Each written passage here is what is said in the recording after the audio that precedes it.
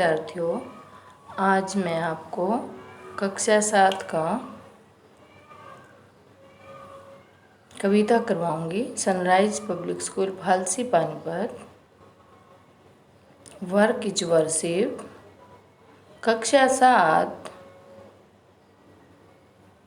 कविता 6 ऊंचाई।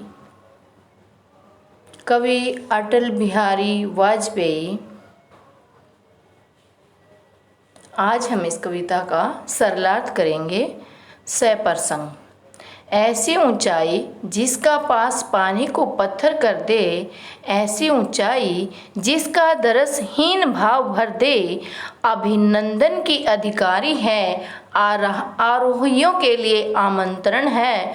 उस पर झंडे गाड़े जा सकते हैं, किंतु कोई गौरैया वहाँ नीड नहीं बना सकती, न कोई थका मांधा बटोही उसकी छाँव में पल भर पलक भी झपक सकता है।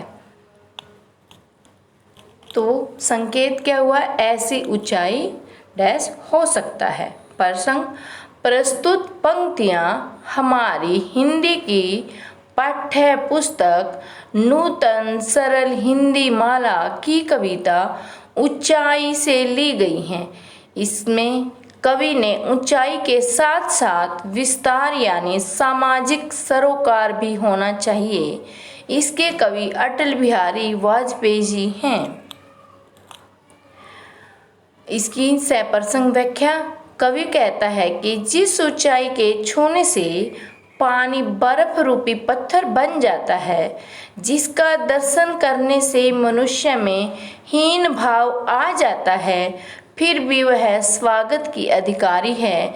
पर्वत की ऊंचाई कहती है, पर्वत पर चढ़ने वालों को निमंत्रण है, परंतु उस ऊंचाई पर न तो कोई चिड़िया घोंसला बना सकती है और न ही वहाँ कोई थकान से भरा हुआ यात्री पेड़ों की छाया में एक क्षण भी नींद की झपकी ले सकता है, क्योंकि न तो वहाँ कोई समुचित स्थान है और न वातावरण अतः सभी को असुविधा होती है, क्योंकि वहाँ बर्फ होती है, जो तापमान होता है -डिग्री में होता है।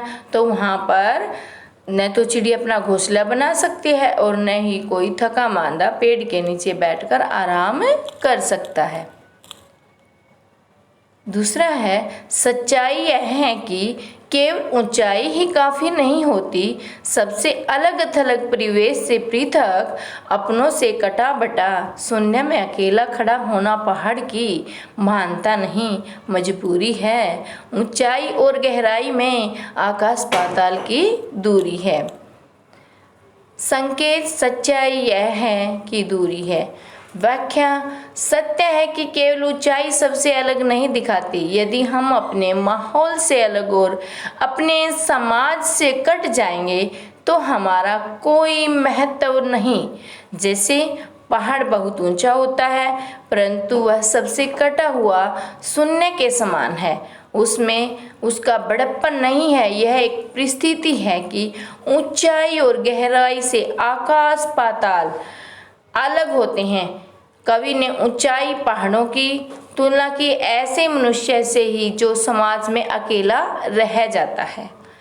देखो बच्चों, इसमें क्या बताया है कि पहाड़ ऊंचा है, परंतु वह समाज से कटा हुआ होता है, कोई उससे जुड़ा हुआ नहीं होता।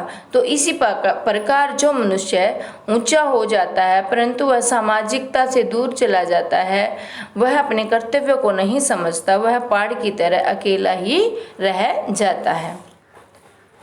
जो जितना ऊंचा उतना ही एकाकी होता है, हर भार को स्वयं ही ढोता है। चेहरे पर मुस्काने चिपका मन ही मन रोता है। जरूरी यह है कि ऊंचाई के साथ विस्तार भी हो, जिससे मनुष्य ठूंठ सा खड़ा न रहे, औरों से घुले मिले, किसी को साथ ले, किसी के संग चले। कवि ने बहुत अच्छी लाइनें कही हैं। इसकी सरलार्थ देखें।